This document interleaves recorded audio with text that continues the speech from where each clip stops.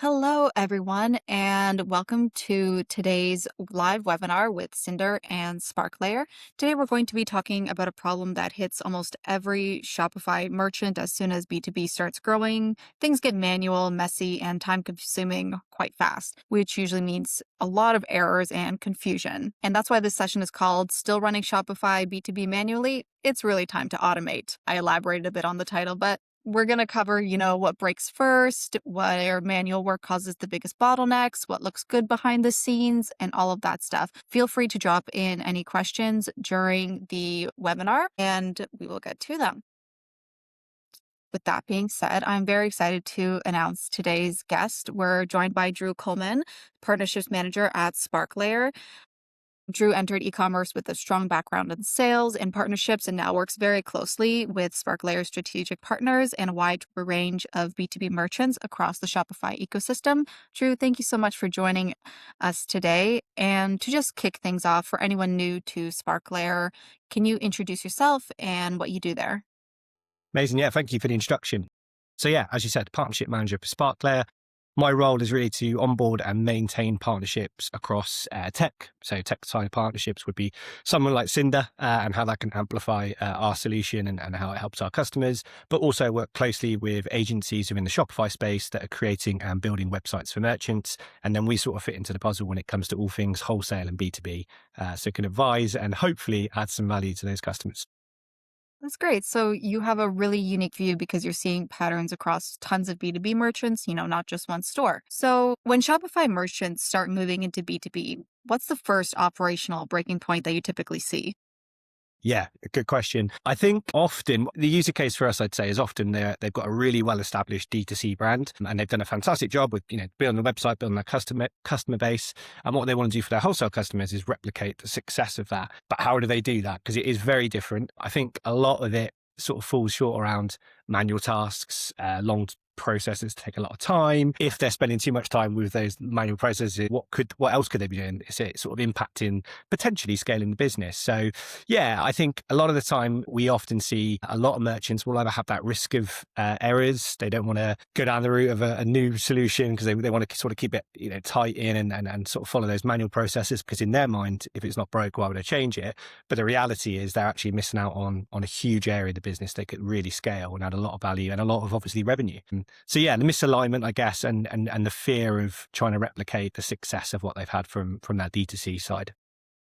It makes total sense. Yeah, I feel too that a lot of brands are just trying to take what worked in D2C and just copy paste it into B2B, which, not the greatest. So let me, ask you this, like replicating the success of a D2C model while keeping it simple for B2B buyers. How do you even do that? Yeah, that's the difficult part, I guess. It's interesting because I often think, it's a personal view, but I think wholesalers in general, they also want that, simple buying experience. I think anyone that's watching this will go on a website they use and have a really standout experience when they purchase anything from fashion, food and drink, whatever it might be. And when you're in that wholesale environment, yes, it's part of your role. Yes, it's a completely different type of order, but you still want that simplicity. And what does that look like? Whether that's saving time, whether it's effective views, whether it is as simple as just being able to take what you want, put it into an order form and get it done quite quickly. That's what merchants are after. So yeah, it is. How do you do something? Yeah, it is difficult. But yeah, I think hopefully today we'll be able to sort of unravel how we can make that type of buying experience a lot simpler and automate a lot of those processes, which at the moment are still kind of archaic, and it's trying to get people out of that mindset. But it doesn't have to be like that. There is a shiny wholesale world out there that they could definitely embrace. I agree. B2B buyers, they want the same smooth experience, but the operations behind it are just a lot more complex than I think people truly realize. And so, what parts of B2B do merchants most commonly try to run manually at first? Yeah, I think it always comes down to the basics. I think the big bulk orders. And again, it's different for different merchants. But if we take, for instance, let's look at, I've lost an example, but if we look at that, I don't know, building manufacturers or people like that, they've got high order volumes, big bulky orders, screws, equipment. You could tell I don't do any DIY at home because I don't know any of the things to say. But if they're doing those big bulky orders they want to process, a lot of the times they'll be on spreadsheets. So how do you take that manual process and how do you put that into a solution that's actually going to, add value?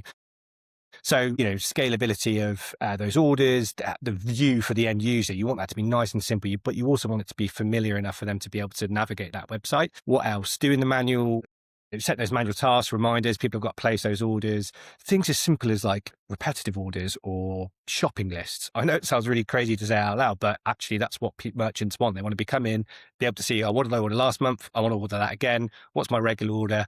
Let me just click 2 buttons and process that through, rather than have to type that up in an email, add an Excel spreadsheet, or even ring up and place that order over the phone. So a lot of merchants will try, I guess, to get those big bulky orders sort of automated as quickly as possible. But then also they might have those external sales processes. So they might have people on the road, out face to face. If you think of like trade show events where people are actually taking those orders again, and to this day, we're in 2026 and you'll still see people that were taking those orders pen and paper.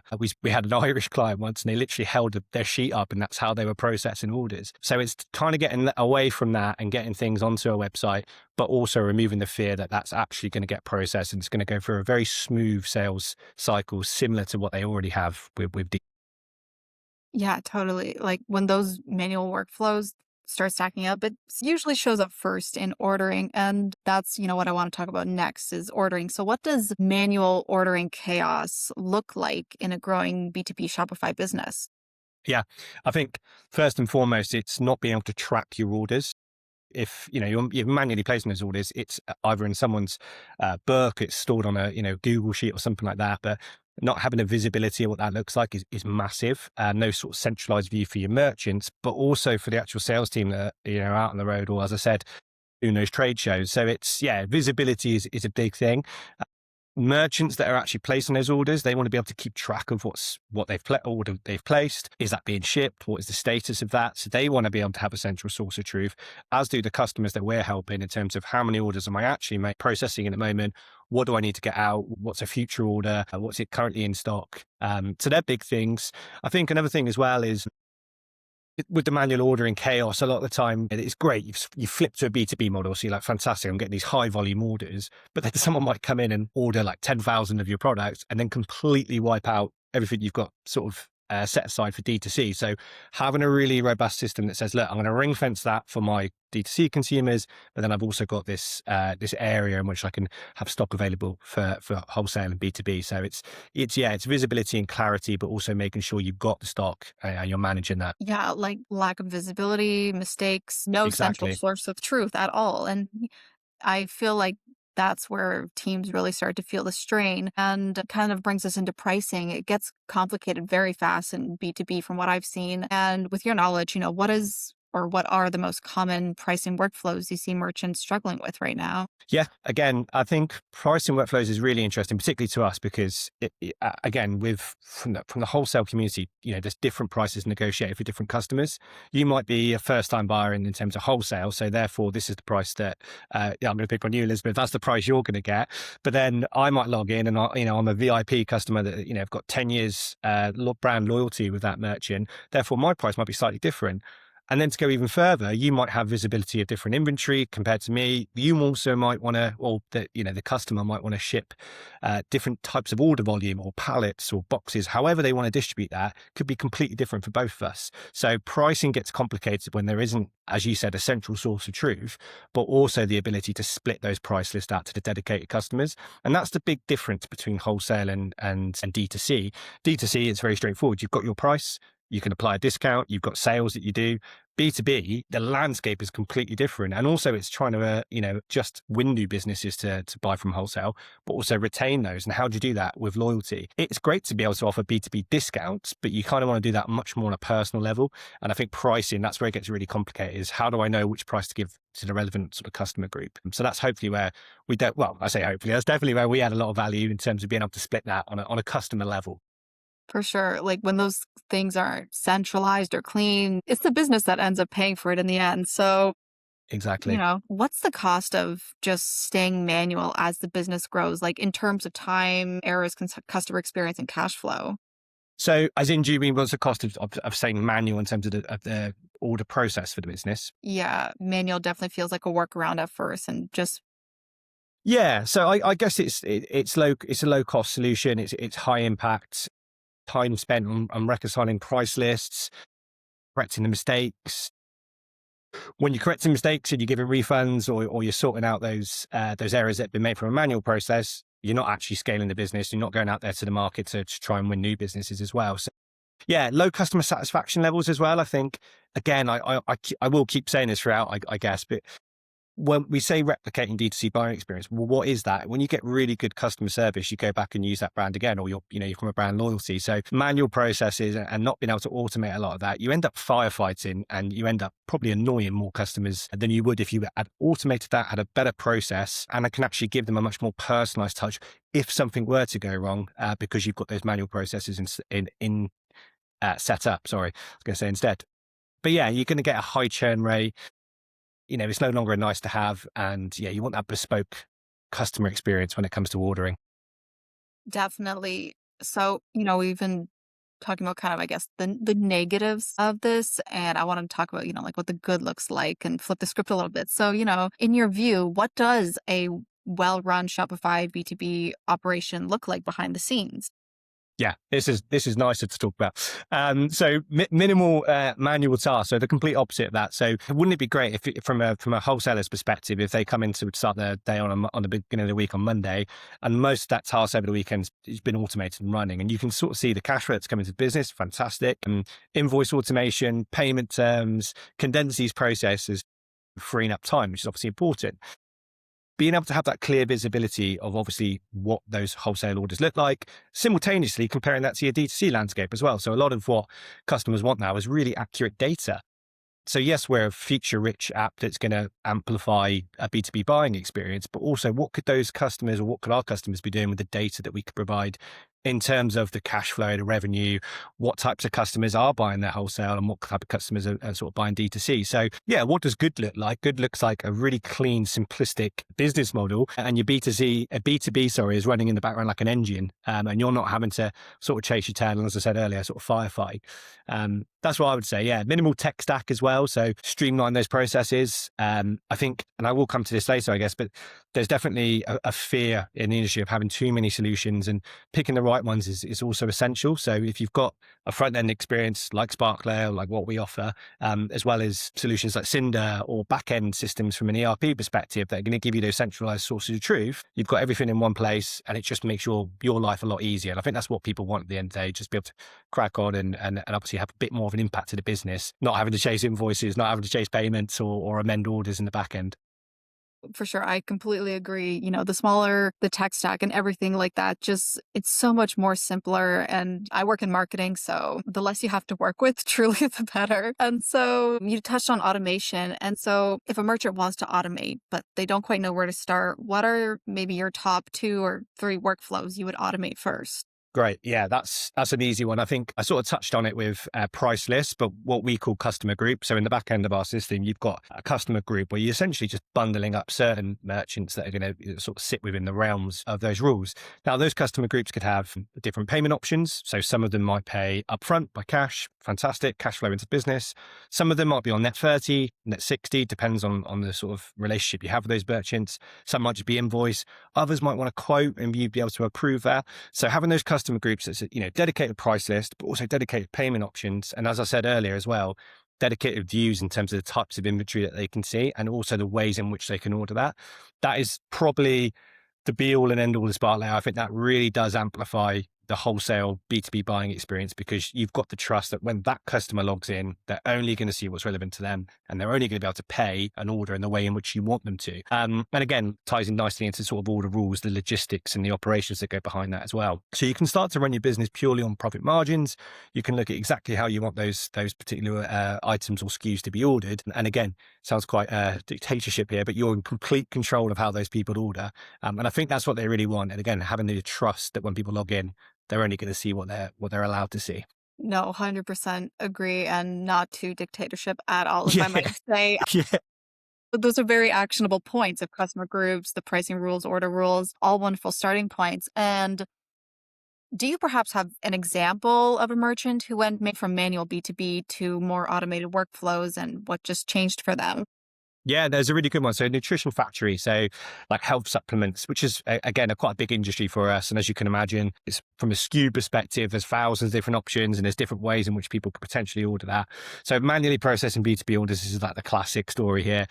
Sometimes of over 1,000 line items. So again, big risk there of potential human error, something gets missed. And again, it's massive revenue streams for the business. So implementing SparkLayer, they were able to automate a lot of the processes. So the big thing they said with the feedback we got, which is, I think we've got a case study. So if anyone's interested, we can definitely share that afterwards.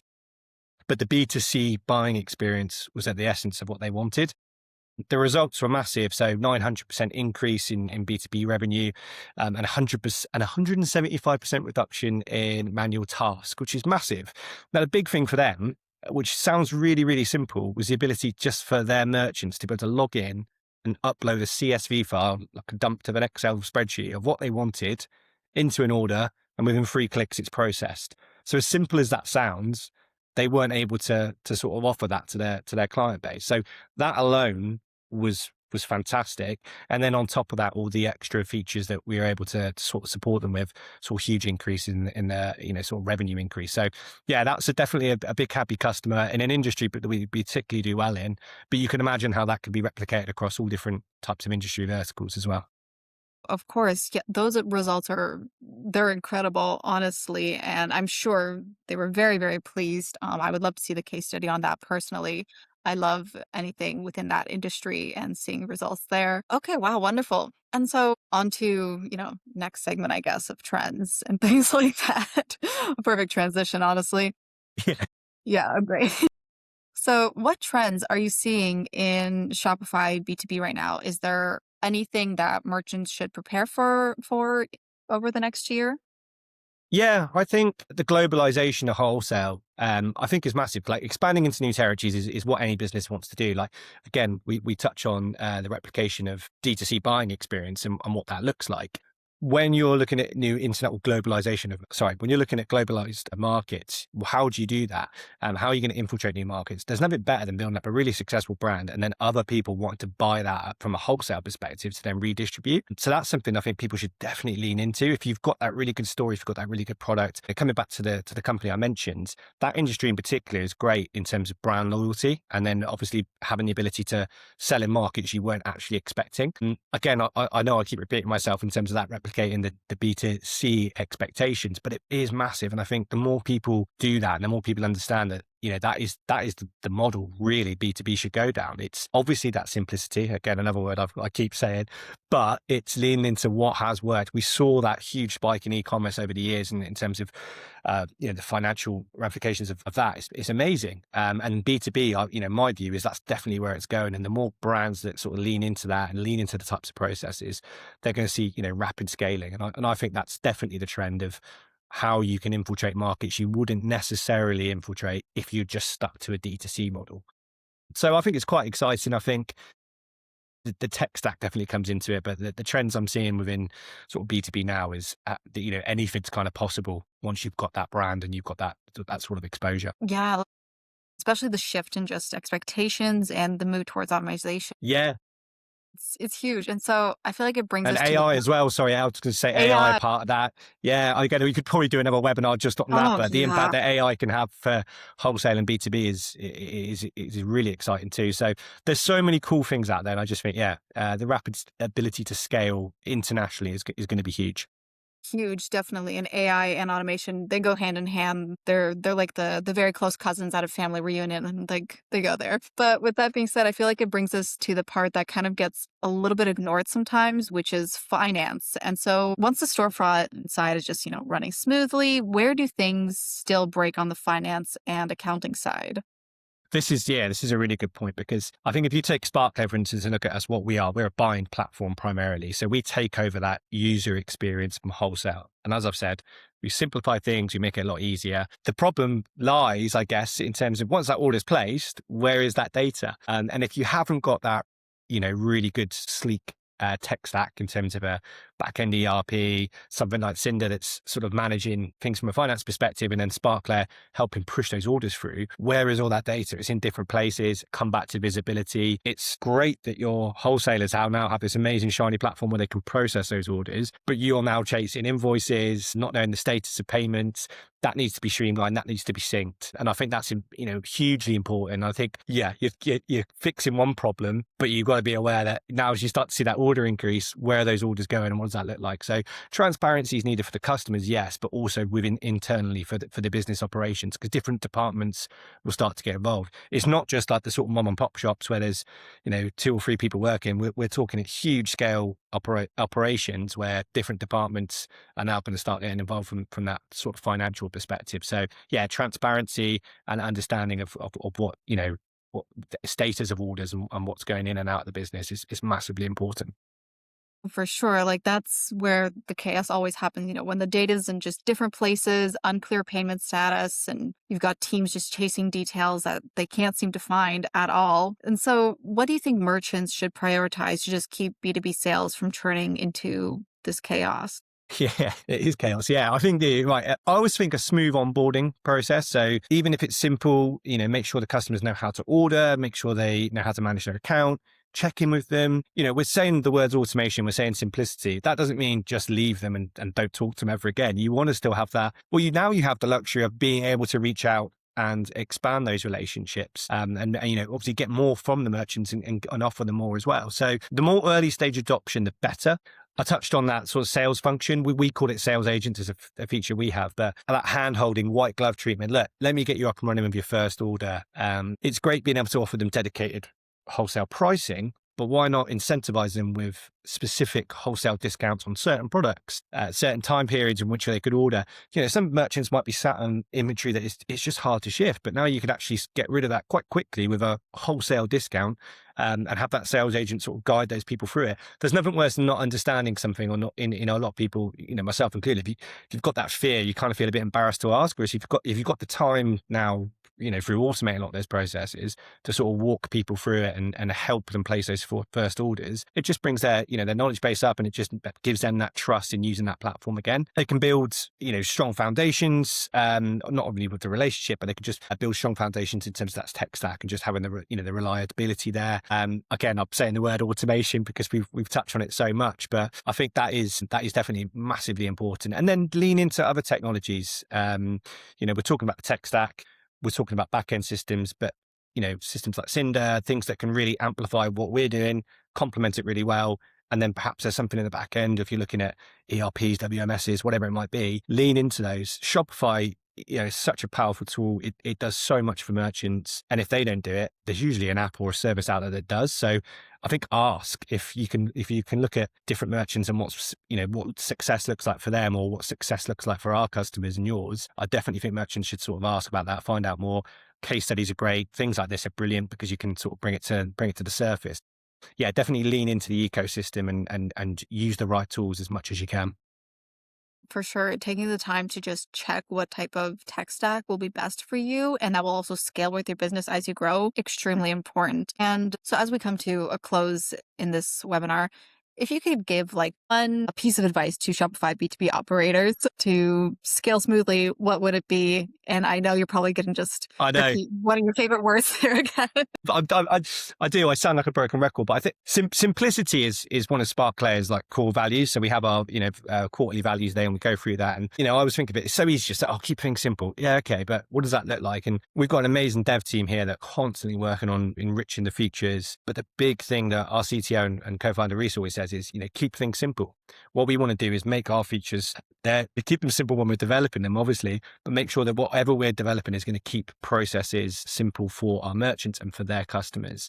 So that's my big scale. If you're going to my big scale, that's my big tip. If you're going to scale smoothly, is keep things simple. Lean into the processes. Lean into the trends that people are seeing. There's a big attitude shift, and I said this at the top, that a lot of people think if it's not broken, why fix it?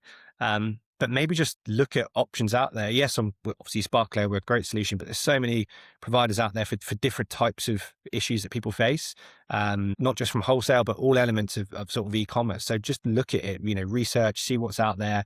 If something's going to amplify your business, that's just better. But I do think that the tech stack in the back end, if we're going to get technical, is have something that's going to be your source of truth, simplify processes, obviously, and anything that's going to add value to that sort of buying experience for your customers, whether that's D2C or B2B. That's what you want to be looking at. But specifically B2B, SparkLayer is gonna simplify that and help you make more money out of those merchants.